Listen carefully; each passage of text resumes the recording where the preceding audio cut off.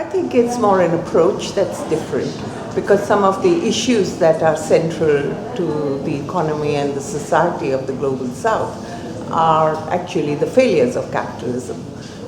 We've got financial exclusion. Nearly half the people in the Global South are financially excluded. More women than men are financially excluded. And there is a great deal of gender inequity. So the kinds of issues that we have to deal with in the Global South are not just the generation of wealth, but also the removal of exclusion and inequity.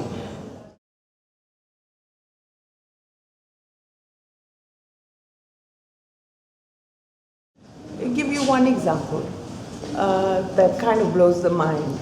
You don't really associate Kenya with great innovation, and yet M-Pesa in Kenya has spread right through sub-Saharan Africa. And I think there is no country in the Global South that does not want to approximate its success. And that happened very much because it was answering a specific social need in a way that was congruent with the social context. So basically, it didn't happen because they wanted to expedite the flow of money through technology. It happened because they wanted to find a better way to send money home from the urban areas where the men often worked and the families in the rural areas. And that has led to the solution of a problem of gender and the unbanked.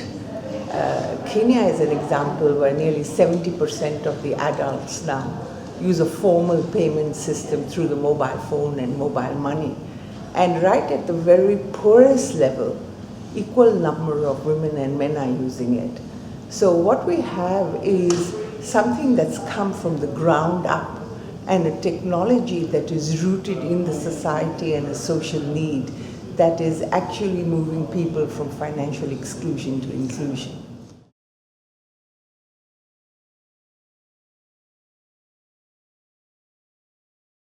Well, you know, the kind of use of financial technology in the global north has at present mainly been directed to young, professional, well-to-do males. I mean, I'm thinking of something like Simple, where you have a bank account, but it makes it much easier for you to pay a friend, you know, the $20 that you spent on a drink together.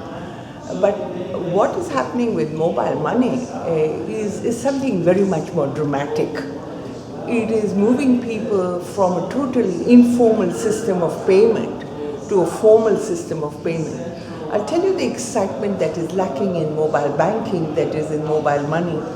A colleague and I were discussing our discussions about mobile banking in Australia in a taxi. Didn't know the guy who was driving the taxi was from Kenya. He thought we were discussing mobile money, and he turned right around and he said, "Is M-Pesa coming to Melbourne?" Not a hope. Not a hope, because we are totally banked, and so we always have to have the bank in the money, in the middle. And that's also a problem for some of the countries of the Global South.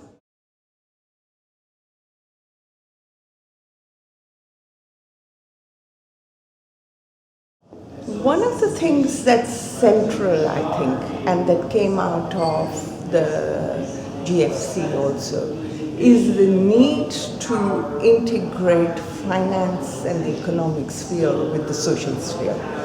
Regulation of the economic sphere alone won't do it. Some of the issues of the subprime lending, very much to do with housing, with aspirations, with the desires for mobility. People have been talking about that all along. But I think what is happening now, when you look at the great and one of the greatest and most important flows of money, they're coming from migrant money. International remittances now are $460 billion a year. India alone receives 70 billion, followed by China and Mexico and Philippines and Nigeria. So that is an example of the way money sent to families is melding with market uses of money. And I think unless we get the social uses and context of money and the market right, we're not going to get the market right.